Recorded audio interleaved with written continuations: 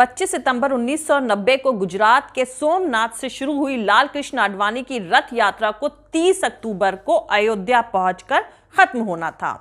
लेकिन 23 अक्टूबर को लाल कृष्ण आडवाणी की इस रथ यात्रा को लालू प्रसाद यादव ने उस वक्त भारत सरकार के होम मिनिस्टर मुफ्ती मोहम्मद सईद और प्रधानमंत्री वीपी सिंह के मना करने के बावजूद बिहार के समस्तीपुर में रोक दिया था और लाल कृष्ण आडवाणी को गिरफ्तार कर लिया था।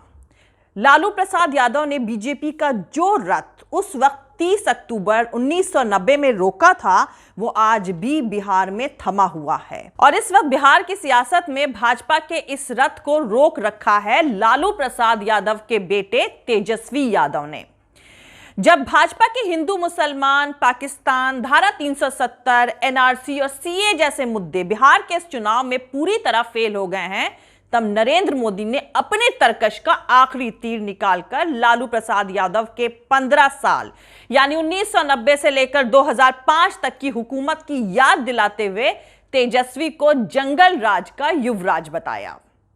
नरेंद्र मोदी की तमाम ब्रांडिंग के जादू के बावजूद बिहार में कभी भी भाजपा को पूरी तरह बहुमत नहीं मिला और आज भी बीजेपी बिहार में पूरा बहुमत हासिल करने के लिए तरस रही है। और इस बार बीजेपी की इस लाचारी की मेन वजह है तेजस्वी यादव। बिहार विधानसभा चुनाव के तीसरे और आखिरी दौर में 78 सीटों के लिए वोटिंग खत्म हो चुकी है। इनमें से ज्यादातर सीटें कोशी सीमांचल के इलाके से हैं। इस फेस में 2.34 करोड़ वोटर्स 1204 उम्मीदवारों की किस्मत का फैसला करेंगे। माना जा रहा है कि इस तीसरे दौर में चुनावी नतीजों पर असदुद्दीन ओवैसी का असर देखने को मिल सकता है, क्योंकि इन क्षेत्रों में मुस्लिम मतदाताओं की आबादी काफी ज्यादा है। इन क्षेत्रों में असदुद्दीन ओवैसी की पार्टी AIMIM ने उम्मीदवार उतारे हैं। इसी वजह से कहा जा रहा है कि इन सीटों पर ट्रायंगुलर यानी त्रिकोणीय मुकाबला हो सकता है। आपको बता दूं कि बिहार विधानसभा चुनाव में 243 सीटों पर कुल 3 फेज में वोटिंग हुई है। 28 अक्टूबर को 71 सीटों पर पहले फेज में वोटिंग हुई थी।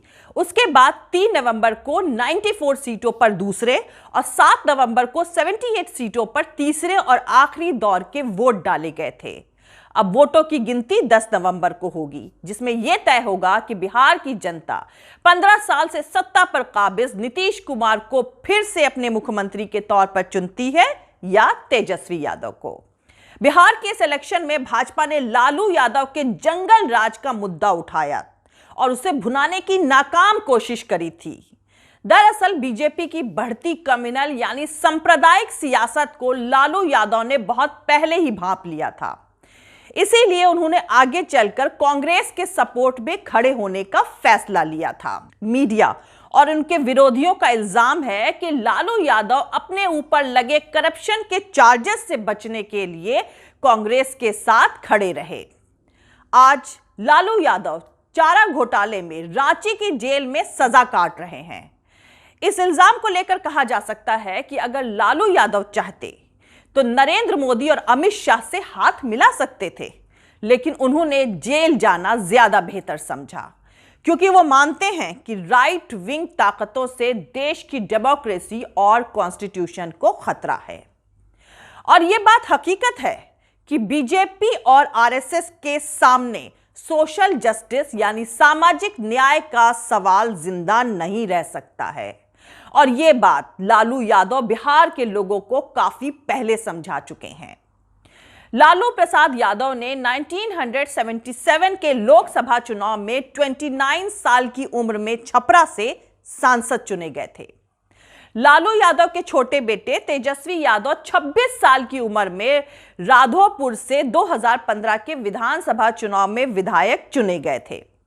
तेजस्वी यादव पहली बार विधायक बने और बिहार के उप मुख्यमंत्री यानी डिप्टी चीफ मिनिस्टर बन गए थे। लालू प्रसाद यादव सियासत में कॉलेज के दिनों में ही आ गए थे। 1973 में लालू यादव पटना यूनिवर्सिटी में स्टूडेंट्स यूनियन के प्रेसिडेंट बने और उसके बाद से उनका सियासी सफर बिहार में कभी नहीं थमा। उनके बेटे तेजस्वी यादव ने क्रिकेट खेलने के चलते 9वीं क्लास के बाद पढ़ाई नहीं करी थी, लेकिन स्टूडेंट्स पॉलिटिक्स की उम्र में ही उन्होंने चुनावी सियासत में न सिर्फ दस्तक दी बल्कि इलेक्शन भी जीते और बिहार के डिप्टी चीफ मिनिस्टर भी बने।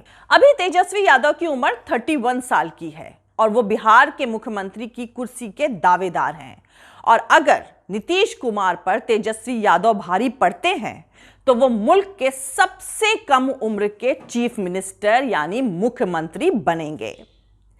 तेजस्वी यादव की सियासत में एंट्री तब हुई जब उनके पिता लालू प्रसाद यादव करप्शन के मामले में दोषी ठहराए जाने के बाद चुनावी राजनीति से बेदखल हो गए थे। अक्टूबर 2013 में लालू प्रसाद यादव को चारा घोटाले में जेल भेज दिया गया था और इलेक्शन लड़ने से भी उन्हें रोक दिया गया था। वैसे 1997 में भी लालू को चारा घोटाले के चलते बिहार के मुख्यमंत्री पद से इस्तीफा देना पड़ा था। तब उन्होंने अपने मुख्यमंत्री की कुर्सी पर अपनी पत्नी, अपनी वाइफ राबड़ी देवी को बैठा दिया था। इसी तरह 2013 में भी लालू यादव के सामने एक बार फिर उसी तरह की मुसीबत आई और इस बार उन्होंने अपने छोटे बेटे तेजस्वी यादव को आगे किया। हालांकि उस वक्त तेजस्वी भी सियासत में नौसिखिया ही थे, लेकिन लालू ने एक बार फिर से अपने परिवार यानी अपनी फैमिली के इर्द गिर्द ही सत्ता को रहने दिया। इसी दौरान 2014 में आम चुनाव हुए और आरजेडी महज 4 सीटों पर सिमट कर रह गई थी। यहां तक कि राबड़ी देवी सारण और लालू की बड़ी बेटी मीसा भारती पाटलिपुत्र लोकसभा सीट से चुनाव हार गई थी। 2014 के लोकसभा चुनाव तक तेजस्वी उतना मुखर नहीं रहे थे, उतने एक्टिव नहीं रहे थे, लेकिन 2015 के विधानसभा चुनाव में लालू यादव ने अपने दोनों बेटों को चुनावी मैदान में उतार दिया। तेजस्वी यादव को लालू ने अपनी सीट राधोपुर से उतारा, जबकि बड़े बेटे तेज प्रताप को महुआ विधानसभा क्षेत्र से चुनाव में उतारा।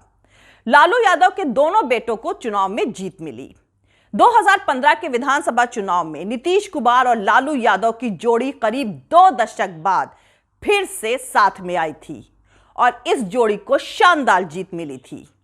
हालांकि आरजेडी 2015 के विधानसभा चुनाव में सबसे बड़ी पार्टी बनकर उभरी थी, लेकिन मुख्यमंत्री नीतीश कुमार बने। तेजस्वी यादव ने उप मुख्यमंत्री यानी डिप्टी चीफ मिनिस्टर के तौर पर नीतीश कुमार के साथ तकरीबन 16 महीने तक सरकार चलाई थी। 16 महीने बाद नीतीश कुमार ने पलटी मारी और वो फिर से भाजपा के साथ चले गए और अब बीजेपी बिहार के इस चुनाव में बहुमत के जुगाड़ में नीतीश कुमार को कुर्बान करना चाहती है। या आप यूं भी कह सकते हैं कि नरेंद्र मोदी और अमित शाह नीतीश कुमार की बलि चढ़ाने के लिए तैयार हैं।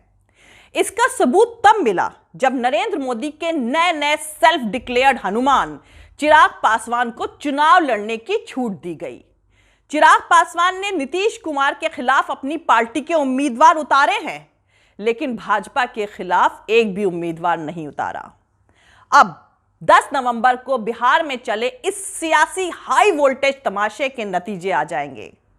जैसा कि बताया जा रहा है और बहुत कुछ साफ साफ बिहार चुनाव के दौरान भी दिख रहा था कि लड़ाई बहुत जोरदार और आमने सामने की है।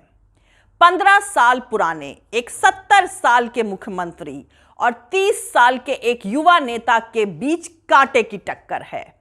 तेजस्वी यादव कुछ महीने नीतीश कुमार के साथ डिप्टी चीफ मिनिस्टर के तौर पर काम कर चुके हैं और उनके पिता और राष्ट्रीय जनता दल के अध्यक्ष लालू प्रसाद यादव फिलहाल जेल में हैं। नतीजतन इलेक्शन कैंपेन की पूरी कमान तेजस्वी यादव ने संभाल रखी थी।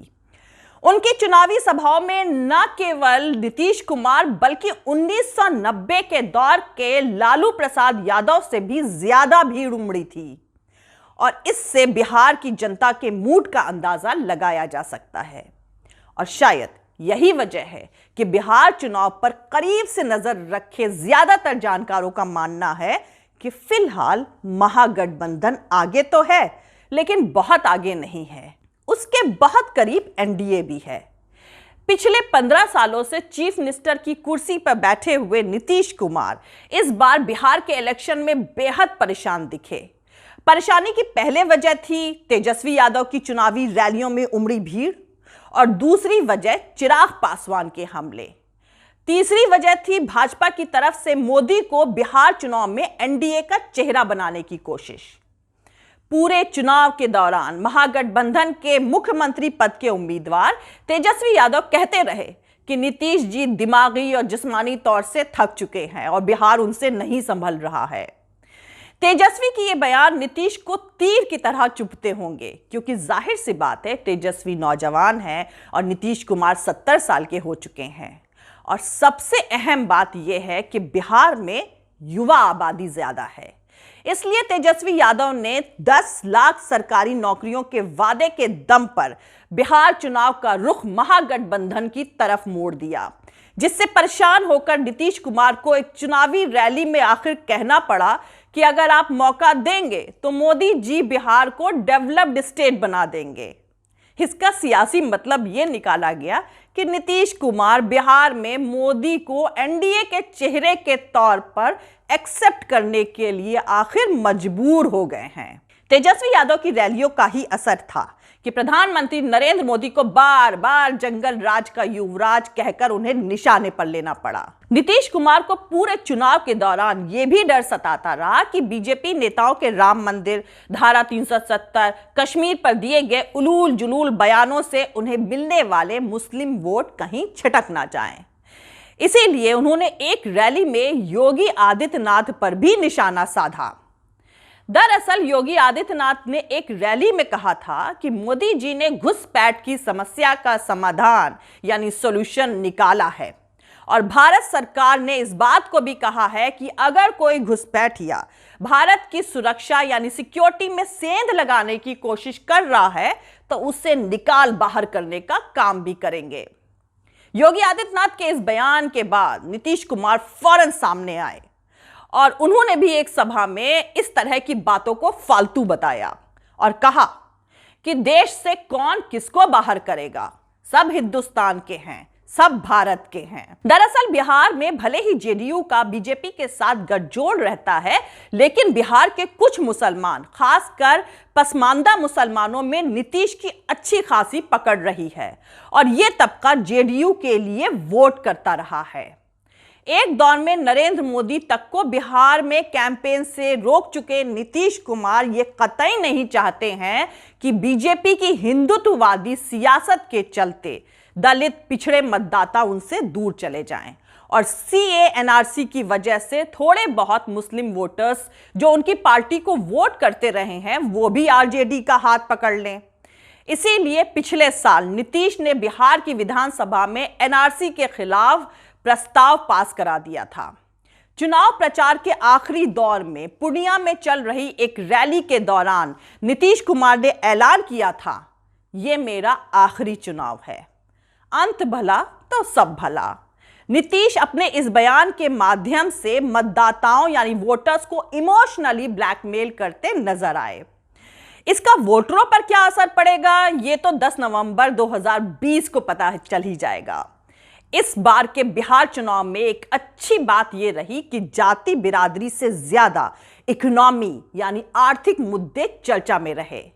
तेजस्वी यादव ने 10 लाख लोगों को रोजगार देने का ऐलान करके अगड़ा पिछड़े की लड़ाई को हाशिए पर धकेलने और राजनीतिक बहस को इकोनॉमी यानी आर्थिक मुद्दों पर मोड़ने की कोशिश करी है, जो कि कामयाब होती नजर आई है।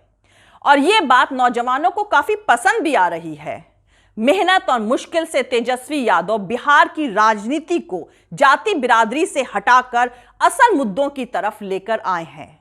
और अगर इस चुनाव में नीतीश कुमार सत्ता में वापस नहीं लौटते हैं तो बिहार की सियासत यकीनन पुरानी और बूढ़ी थकी पीढ़ी से बाहर आ जाएगी।